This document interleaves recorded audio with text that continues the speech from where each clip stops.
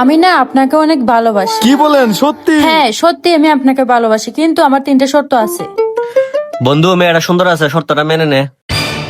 আচ্ছা বলেন কি শর্ত? আমার প্রথম শর্ত হচ্ছে আমার জন্য আপনার ফ্যামিলিকে ছেড়ে দিতে হবে। বন্ধু ছাইরা দে, ফ্যামিলি ছাইরা দে।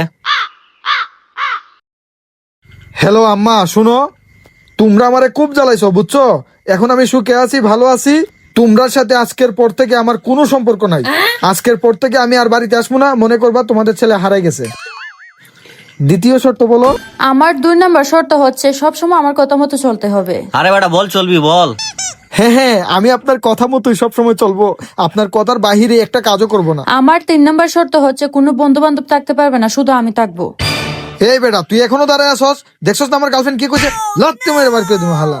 হ্যাঁ হ্যাঁ, আমি আপনার সব কথাতেই রাজি আছি, আমি আপনার অনেক ভালোবাসি। আরে কে আপনি? আরে আমি ইয়াসিন, আমি আপনার 3টা কথায় রাজি আছি। এই তুমি একটু দাঁড়াও তো। কি হয়েছে আপনার, কি বলতেছেন এগুলা?